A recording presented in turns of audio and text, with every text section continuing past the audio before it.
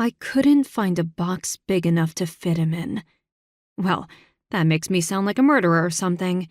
Nickel, the man in question, is still very much alive, I assure you. I should probably go back a little bit and explain. My father went to prison when I was 13, and I can't remember my mother. She left before I could even have a memory of her. He always told me we were better off without her. Things were rough for us, but we always had each other. Well, I had my dad. My dad had me and beer. I can't remember a time I didn't smell hops on his breath. I went to my first day of preschool and asked the teacher why her breath didn't smell like my dad.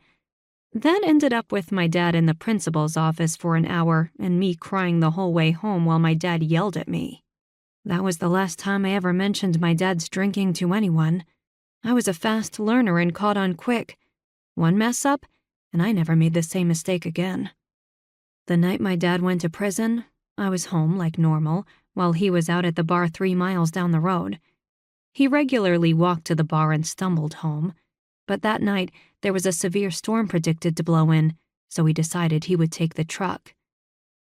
That decision changed my life and made me see everything in a whole new light. I was sprawled out on the living room floor, watching TV, when there was a loud pounding on the front door, and I figured it was my dad. It was normal for him to forget his keys and bang to get inside. I opened the door to 2 police officers with my grandma Vivian standing behind them. I only saw my grandma at Christmas. I knew the second I laid eyes on her, something was not right. It seemed my father had decided to call it a night after drinking almost a 24-pack of beer and tried to drive home.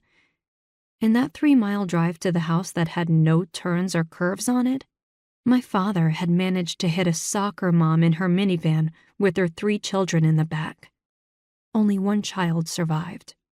The police told me I had to go with my grandma until they figured something out. Meanwhile, she stood behind them, arms crossed over her chest, tapping her foot impatiently. After they were done, my grandma barged between the 2 police officers and started firing off orders about packing a bag and getting all my stuff ready to go. We weren't going to stay in the hellhole anymore.